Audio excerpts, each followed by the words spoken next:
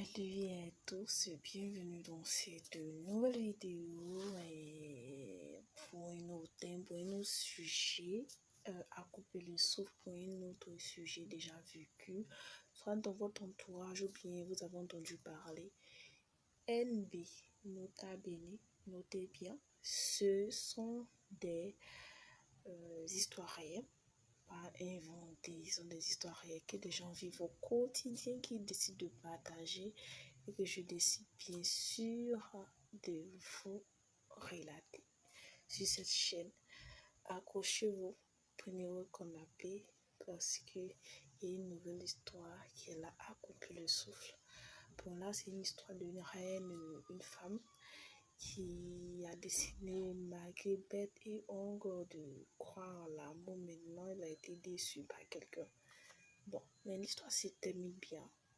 Je vous raconte, c'est une femme qui a décidé de vivre avec son copain depuis l'école, tout ça. Ils ont fait 4 ans de relation durant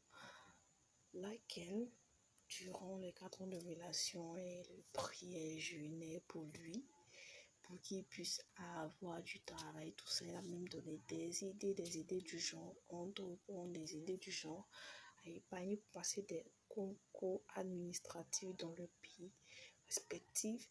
Et elle était intelligente et maligne, bien sûr. Au moment que le monsieur passait le concours, elle aussi a passé le concours.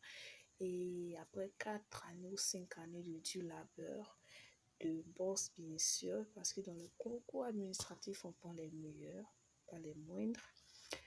Les deux ont été admis la même année, mais lui, il a été admis dans un service financier dénommé le service des douanes et elle a été admise dans l'administrative militaire, même si elle avait déjà d'autres capacités. C'est ainsi qu'après la formation de 4 à 6 mois, monsieur l'informe qu'il veut arrêter la relation parce qu'il trouve qu'elle n'est pas la femme de sa vie, qu'ils ne vont pas ensemble parce qu'elle du service militaire, chez le militaire, il n'y a pas assez d'argent. Bon, moi je ne comprends pas. Tu étais avec quelqu'un pendant 4 années, tu n'as pas vu qu'elle n'avait pas d'argent.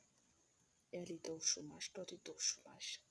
Elle se démerdait, vous avez eu le concours et tu trouves que madame n'est plus de ton niveau. Il n'avait pas encore perçu son premier salaire. Il était affecté de a jugé mieux de continuer avec une de ses collègues douanières du même service.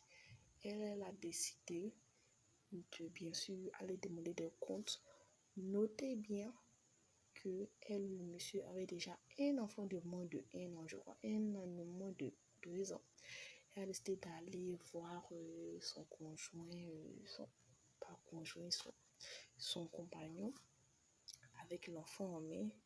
Elle a décidé de quitter, elle a quitté le nord du pays pour aller au sud du pays, pour voir l'émission en question, pour voir, parce que voyez ça, elle entendait des histoires de ce genre, mais elle pensait que c'était contes et légendes. Voilà. Elle a vécu ça en direct. Donc elle est allée, elle a croisé, et il a filmé devant les gens. Il a même renié son enfant et son ex-compagne devant la nouvelle conquête et devant ses collègues. Elle a même dit même qu'il n'a pas daigné à donner de l'argent de transport pour son propre enfant et elle, pour qu'il retourne dans les lieux.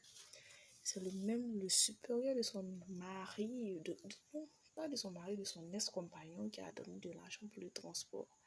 Après ça, elle a eu un terrible chagrin d'amour où elle a souffert pendant quelques mois. Et Dieu faisant, elle a rencontré quelqu'un de son service aussi dans le même domaine, la même région, qui l'a motivée à prendre confiance en elle. Après son encore, elle a eu confiance en elle et tenez-vous bien, elle a eu à répondre confiance en elle. Elle a passé un concours interne dans son domaine qui est le domaine de l'armée militaire et Dieu merci, elle a été orientée en médecine parce qu'elle avait des compétences en médecine et elle a eu le monsieur en question qui l'a motivée à avoir confiance en l'amour, a décidé de la demander en mariage, tout ça, a décidé de reconnaître son enfant. L'autre ne donnait plus signe de vie, hein. Son enfant mange, son enfant se lave, lui s'en fout, il vit sa nouvelle vie.